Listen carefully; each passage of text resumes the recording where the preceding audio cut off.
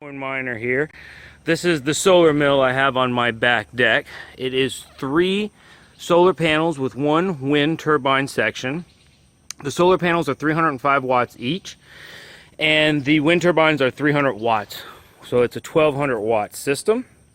That 1200 watt system now is all tied into with an inverter right here.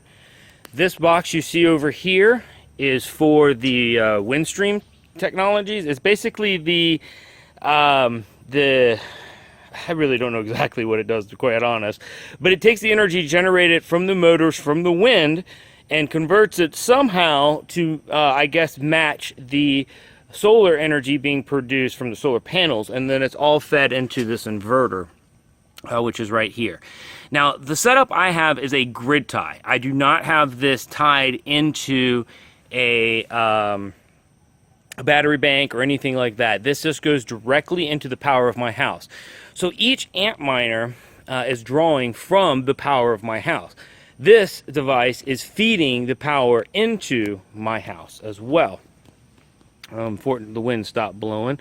But so what's happening is if there's any surplus power, it would be fed back to the grid. But I'm sure that my house and the amp miners are drawing more power than I would possibly be producing with this device. So each amp miner draws about 1270 watts, 1250 watts. This will produce 1200 watts during runtime during the day. So I'm assuming that it washes 6 to 8 hours of a single amp miner. And that is just done because it goes straight through the grid tie system. There is no battery bank. So again, it's just, they're just plugged in normal, and then this plugs in from there. So it's kind of like, instead of having a source being drawn from your house, this is a source producing the power to your house. It's a much cheaper setup. You don't have to deal with trying to charge batteries, charge controllers. It's much easier, and this Cybo inverter is awesome. It automatically does everything. It knows, it basically turns itself on, off. It's no maintenance whatsoever. Let's plug and play. You don't have to do any calculations, any conversions.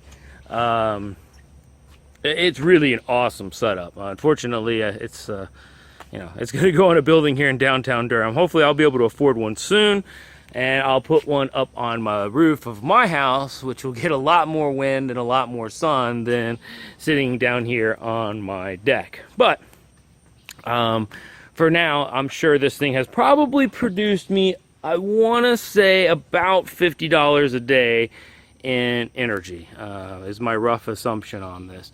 So, all right, guys. Well, hope you have a great day, and I hope this helps explain what the solar mill is and how I am capturing the power from the solar mill and feeding it to my amp miners. Thanks, guys. See ya.